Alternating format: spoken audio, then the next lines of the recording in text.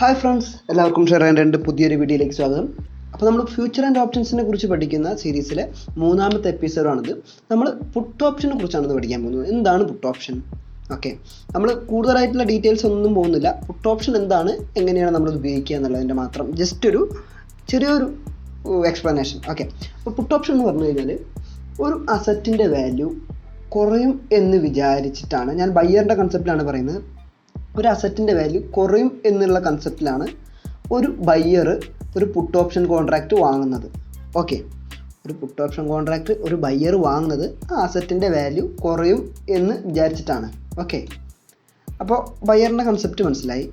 ഇനി അത് ആ അസറ്റിൻ്റെ വാല്യൂ കൂടും അല്ലെങ്കിൽ ഈക്വലായിട്ട് ആ റേഞ്ചിൽ തന്നെ നിൽക്കും എന്നുള്ള കൺസെപ്റ്റിലാണ് ഒരു സെല്ലർ ഒരു പുട്ട് ഓപ്ഷൻ കോൺട്രാക്റ്റ് സെല്ല് ചെയ്യുന്നത്. ഓക്കെ, ഇതാണ് അതിൻ്റെ ബേസിക് തോട്ട്. എക്സാമ്പിൾ വെച്ചിട്ട് നമ്മൾ പറയാൻ പോവാണ്. ഓക്കെ, ഇപ്പോൾ TCS ആണ് എടുത്തിരിക്കുന്നത്. TCS 2861 രൂപയാണ് നമ്മളെ കറൻറ്റ് മാർക്കറ്റ് പ്രൈസ്. അപ്പോൾ നമ്മൾ അത് 2850 രൂപയാണെന്ന് നമ്മൾ അസ്യൂം ചെയ്യാം. എന്താണെന്ന് വെച്ച് കഴിഞ്ഞാൽ നമുക്കറിയാം ഇതാണ് സ്ട്രൈക്ക് പ്രൈസ്, അതായത് TCSൻ്റെ സ്ട്രൈക്ക് പ്രൈസ് ആണിത്. ഈ ഒരു പ്രൈസിലുള്ള കോൺട്രാക്ട്സുകളാണുള്ളത്. ഇപ്പോൾ നമ്മൾ 2850 അസ്യൂം ചെയ്തു. അപ്പോൾ 2850 രൂപയാണ് ഇപ്പോൾ അതിൻ്റെ കറൻറ്റ് മാർക്കറ്റ് പ്രൈസ്. ഓക്കെ, അപ്പോൾ അതിലൊരു കോൺട്രാക്റ്റ് ഉണ്ട് ഇവിടെ. അപ്പോൾ നമ്മൾ എന്ത് ചെയ്യാണ്? അപ്പോൾ ഞാനും നിങ്ങളും ആയിക്കോട്ടെ, നമ്മളിതിൽ ബയ്യർ സെല്ലർ, ഞാൻ ബയ്യറാണ്, നിങ്ങൾ സെല്ലറാണെന്ന് വിചാരിക്കുക. ഓക്കെ, 2850 രൂപയാണ് കോൺട്രാക്റ്റ്. ഓക്കെ, അപ്പോൾ ഞാൻ അത് ബൈ ചെയ്യുന്നത് അത് അടുത്ത ആഴ്ചയിൽ അല്ലെങ്കിൽ എക്സ്പയറി, അത് ഏത് എക്സ്പയറി നോക്കാം, ഡിസംബർ മാസത്തിലെ എക്സ്പയറി ആണ്. അപ്പോൾ ഡിസംബറിലെ ലാസ്റ്റ് തേഴ്സ്ഡേ ഇത് എക്സ്പയറി ആവും. അതായത് ഈ ഒരു കോൺട്രാക്റ്റ് 2850 രൂപേൻ്റെ contract December last Thursday expiry ആവും. ആ ദിവസത്തിനുള്ളിൽ 2850 രൂപയ്ക്ക് താഴെയാണ് അതിൻ്റെ പ്രൈസ് ക്ലോസ് ചെയ്യുക എന്നുള്ള ഒരു വിശ്വാസത്തിലാണ് ഞാൻ ആ ഓപ്ഷൻ ബൈ ചെയ്യുന്നത്. നിങ്ങളതെനിക്ക് ആ കോൺട്രാക്റ്റ് സെല്ല് ചെയ്യുന്നത്, അതിപ്പോൾ ഒരു കോൺട്രാക്റ്റ് വാങ്ങണമെന്നുണ്ടെങ്കിൽ ഒരു ബയ്യറും വേണം, ഒരു സെല്ലറും വേണം. നിങ്ങളതെനിക്ക് സെല്ല് ചെയ്യുന്നത് 2850 രൂപയിലോ അല്ലെങ്കിൽ അതിന് മുകളിലോ ആയിരിക്കും ക്ലോസ് ചെയ്യുക എന്നുള്ളതിലാണ്.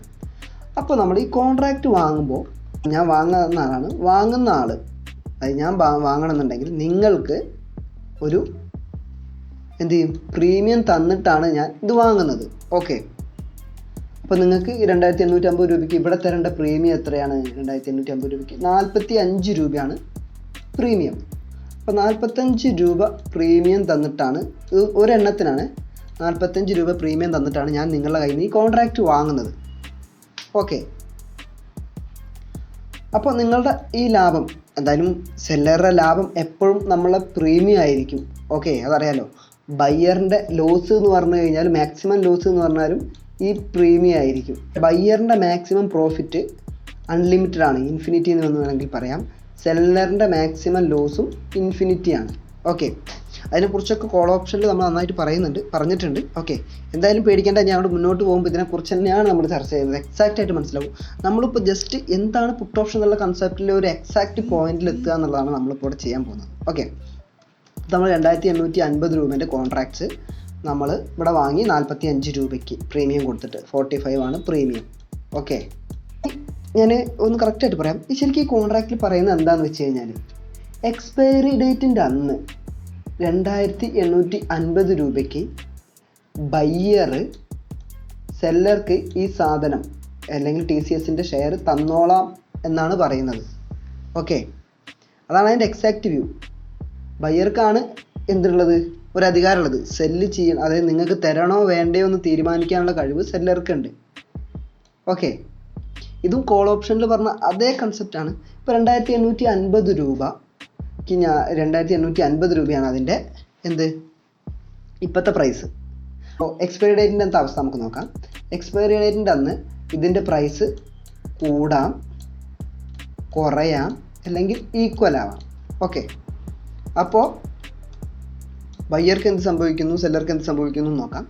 250 രൂപയ്ക്ക് മുകളിലേക്ക് പോവുകയാണെങ്കിൽ ബയ്യറെ സംബന്ധിച്ച് അത് നഷ്ടമാണ്. കാരണം എന്താ, അത് കുറയും എന്ന് വിചാരിച്ചിട്ടാണ് അദ്ദേഹം വാങ്ങുന്നത്. അപ്പോൾ 2850 മുകളിലേക്ക് പോവുകയാണെങ്കിൽ ഇദ്ദേഹത്തിന് ലോസ് പ്രീമിയമാണ്. ഓക്കെ, അതായത് 45 രൂപ ഒരെണ്ണത്തിന്. ഓക്കെ, സെല്ലറിൻ്റെ പ്രോഫിറ്റ് ഈ പ്രീമിയമാണ്. ഓക്കെ, 45. ഡേറ്റിൻ്റെ അന്ന് കറണ്ട് മാർക്കറ്റ് പ്രൈസ് 2805 രൂപയാണ്. ഓക്കെ, 2505 രൂപയാണ് മാർക്കറ്റ്. ആ പ്രൈസ് ഉണ്ടാകുമ്പോഴാണ് നമ്മൾ 2850 രൂപയ്ക്ക് നമ്മൾ സെല്ലർക്ക് ഈ സാധനം കൊടുക്കുന്നത്. അപ്പോൾ ഇവിടുത്തെ പ്രോഫിറ്റ് 45 രൂപയാണ് ബയ്യറിൻ്റെ. പക്ഷേ നമ്മൾ ഇതിന് മുന്നേ 45 രൂപ ചിലവാക്കിയോണ്ടത് അത് ബ്രേക്ക് ഈവൻ പോയിന്റ് ആണ്, 0 ആണ്. 2805 താഴെ പോയി കഴിഞ്ഞാൽ മാത്രമേ, താഴെ വന്നാൽ മാത്രമേ ബയ്യർക്ക് ലാഭം ഉണ്ടാവുള്ളൂ. ഓക്കെ, 2805 താഴെ പോയാൽ മാത്രമേ ഇദ്ദേഹത്തിന് ലാഭം ഉണ്ടാവുള്ളൂ. അതായത് കറൻറ്റ് മാർക്കറ്റ് പ്രൈസ് എന്ന് പറഞ്ഞത് എന്തിനേക്കാളും താഴെയായിരിക്കണം, 2805 താഴെ ആയാൽ മാത്രമേ ഇദ്ദേഹത്തിന് പ്രോഫിറ്റ് ഉണ്ടാവുള്ളൂ. കറണ്ട് മാർക്കറ്റ് പ്രൈസ് അന്നത്തെ, അതായത് എക്സ്പയറി ഡേറ്റിൻ്റെ അന്നത്തെ കറണ്ട് മാർക്കറ്റ് പ്രൈസ് 2805 താഴെ ആയാൽ ഇയാൾക്ക് ലാഭം ഉണ്ടാവുള്ളൂ. ഓക്കെ, സെല്ലറെ സംബന്ധിച്ച് 2805 താഴെ പോവുകയാണെങ്കിൽ അത് എത്രയാണോ പോകുന്നത് അതിനനുസരിച്ച് നഷ്ടം വരും. 45 രൂപ കയ്യിലുണ്ട്, ഇപ്പോൾ 2804 ആയി കഴിഞ്ഞാൽ 1 രൂപ നഷ്ടം. അതായത് 5 രൂപ 2800 ആയി കഴിഞ്ഞാൽ 5 രൂപ സെല്ലർക്ക് നഷ്ടം. അപ്പോൾ ഇവിടെ ഇതിൽ എത്രയാണോ കറണ്ട് മാർക്കറ്റ് പ്രൈസ് കുറയുന്നത് അതായിരിക്കും ഇദ്ദേഹത്തിൻ്റെ ലോസ്. അതായത് ഇദ്ദേഹത്തിന് എത്രയാണോ കിട്ടുന്നത് അതായിരിക്കും ഇദ്ദേഹത്തിൻ്റെ ലോസ്. അതുകൊണ്ടാണ് നമ്മൾ 2805 2700 ആയി കഴിഞ്ഞാൽ 105 രൂപയായി. അപ്പോൾ 105 രൂപയാണ് ഒരെണ്ണത്തിന് സെല്ലർക്ക് ലോസ് വരിക. അതാണ് സെല്ലറിൻ്റെ ലോസ് ഇൻഫിനിറ്റി ആണ് അല്ലെങ്കിൽ അൺലിമിറ്റഡ് ആണെന്ന് പറയാൻ കാരണം. ബയ്യറിൻ്റെ പ്രോഫിറ്റ് അൺലിമിറ്റഡ് ആണെന്ന് പറയാനും കാരണം അതാണ്. ഇനി ഈക്വൽ കണ്ടീഷൻ ആണെങ്കിൽ ഇതിൽ എന്തായാലും ഇയാളുടെ കാഴ്ചപ്പാട് റെഡി ആയില്ല. ഇദ്ദേഹത്തിന് ലോസ് ഈ പ്രീമിയം അടച്ച തുകയാണ്. ഓക്കെ, ഇവിടെ അദ്ദേഹത്തിന് ഈ പ്രീമിയം വീണ്ടും കിട്ടും. ഓക്കെ, സെല്ലറെ സംബന്ധിച്ച് കോൾ ഓപ്ഷനിലും പുട്ട് ഓപ്ഷനിലും സെയിം അഡ്വാൻറ്റേജ് ആണ്. രണ്ട് കണ്ടീഷനിൽ 2/3 ആണ് അയാളെ വിന്നിങ് പെർസെൻറ്റേജ്. ബയ്യറെ സംബന്ധിച്ച് ആകെ ഒരൊറ്റ കണ്ടീഷനേ ഉള്ളൂ, വിന്നിങ് പെർസെൻറ്റേജ് 1/3 ആണ്. ഓക്കെ, അപ്പോൾ നമ്മൾ പുട്ട് ഓപ്ഷൻ എന്താണ്, അതിൻ്റെ ആ ഒരു വിന്നിങ് കണ്ടീഷനെ കുറിച്ച് നമ്മൾ പറഞ്ഞു. ഓക്കെ, പുട്ട് ഓപ്ഷന് ലോട്ടായിട്ടാണ് നമുക്ക് കിട്ടുക. TCS 300 എന്നാണ്, 300 ക്വാണ്ടിറ്റീൻ്റെ ലോട്ടാണ്. ഓക്കെ, ഇവിടെ നമ്മൾ ഓപ്ഷൻ ചെയിനിലേക്ക് വരികയാണെങ്കിൽ സ്ട്രൈക്ക് പ്രൈസ് ഉണ്ട് 2850, 2900. ഇത് നമ്മൾ ഓരോരുത്തരും ഇതിൽ എൻട്രി എടുക്കുന്നത്. പുട്ട് ഓപ്ഷൻ്റെ കേസിൽ എൻട്രി എടുക്കുന്നത്, പുട്ട് ഓപ്ഷൻ്റെ ഡാറ്റാസ് ഈ ഒരു റൈറ്റ് പോർഷനിലാണ് ഇരിക്കുന്നത്, ഈ ഒരു പോർഷനിൽ. ഓക്കെ, 2850 താഴെ പോകും എന്നുള്ളവരാണെങ്കിൽ പുട്ട് ഓപ്ഷൻ എന്ത് ചെയ്യും, ബൈ ചെയ്യും. ഓക്കെ, ഇനി 2850 മുകളിലേ വന്ന് ക്ലോസ് ചെയ്യുള്ളൂ എക്സ്പയറി ഡേറ്റിൻ്റെ അന്ന് ഉറപ്പുള്ളവർ പുട്ട് ഓപ്ഷൻ സെല്ല് ചെയ്യും. ഇത്രയേ ഉള്ളൂ കാര്യം. അപ്പോൾ നിങ്ങൾക്ക് എക്സാക്റ്റ് ആയിട്ട് മനസ്സിലായെന്ന് വിചാരിക്കുന്നു. ഒരു അസറ്റിൻ്റെ വാല്യൂ കുറയും എന്നുള്ള കൺസെപ്റ്റിലാണ് പുട്ട് ഓപ്ഷൻ എന്ത് ചെയ്യുക, വാങ്ങുക. ഒരു അസറ്റിൻ്റെ വാല്യൂ കൂടും എന്നുള്ള കൺസെപ്റ്റിലാണെങ്കിൽ പുട്ട് ഓപ്ഷൻ സെല്ല് ചെയ്യും. ഇവിടെ എന്താ പ്രശ്നം എന്ന് വെച്ച് കഴിഞ്ഞാൽ, പുട്ട് ഓപ്ഷൻ സെല്ല് ചെയ്യണമെങ്കിൽ, ഇപ്പോൾ ബൈ ചെയ്യണമെങ്കിൽ നമുക്ക് വേണ്ട ഏകദേശം 13,000 ഇപ്പോൾ റെഗുലർ നോർമൽ ആണെങ്കിൽ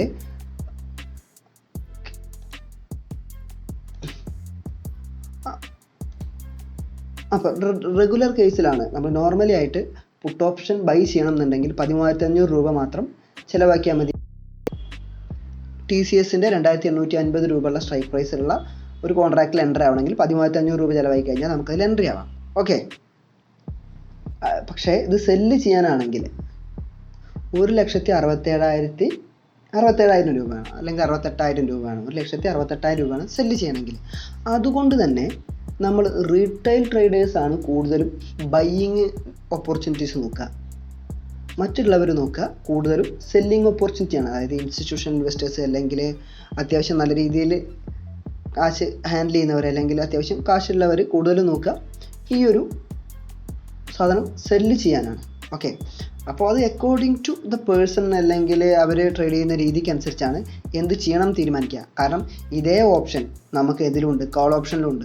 കോൾ ഓപ്ഷനിൽ എന്താണ് പറയുന്നത്, ഒരു അസറ്റിൻ്റെ വാല്യൂ കൂടും എന്ന് വിചാരിച്ചിട്ടാണ് ഒരു ബയ്യർ അത് വാങ്ങുന്നത്. ഓക്കെ, സെല്ലർ ആ പ്രൈസ് കുറയും എന്ന് വിചാരിച്ചിട്ടാണ് സെല്ല് ചെയ്യുന്നത്. അപ്പോൾ ഈ ഒരു ലോജിക്ക് ഉപയോഗിച്ചിട്ട് ഒരുപാട് പേര് പല രീതിയിലും ട്രേഡ് ചെയ്യുന്നുണ്ട്. അതായത് ചില ഓപ്ഷൻ ബൈ ചെയ്യും, ചില ഓപ്ഷൻ സെല്ല് ചെയ്യും, അല്ലെങ്കിൽ രണ്ടും സെല്ല് ചെയ്യും, 2 ഓപ്ഷൻ സെല്ല് ചെയ്യും, അല്ലെങ്കിൽ 2 ഓപ്ഷനും ബൈ ചെയ്യും. അതങ്ങനെ ഭയങ്കര കോമ്പിനേഷനായിട്ട് ഉപയോഗിക്കാറുണ്ട്.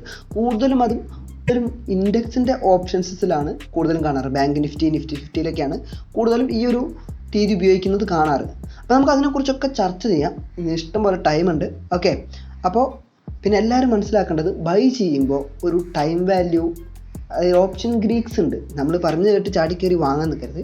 ഓപ്ഷൻ ഗ്രീക്സ് എന്ന് പറഞ്ഞ ടൈം ഉണ്ട്. അതായത് എക്സ്പയറി ഡേറ്റിൻ്റെ അടുക്കും തോറും പ്രീമിയത്തിൻ്റെ വാല്യൂ അല്ലെങ്കിൽ ടൈം വാല്യൂ എന്ന് പറഞ്ഞത് ഡിക്രീസ് ചെയ്തുകൊണ്ടിരിക്കും.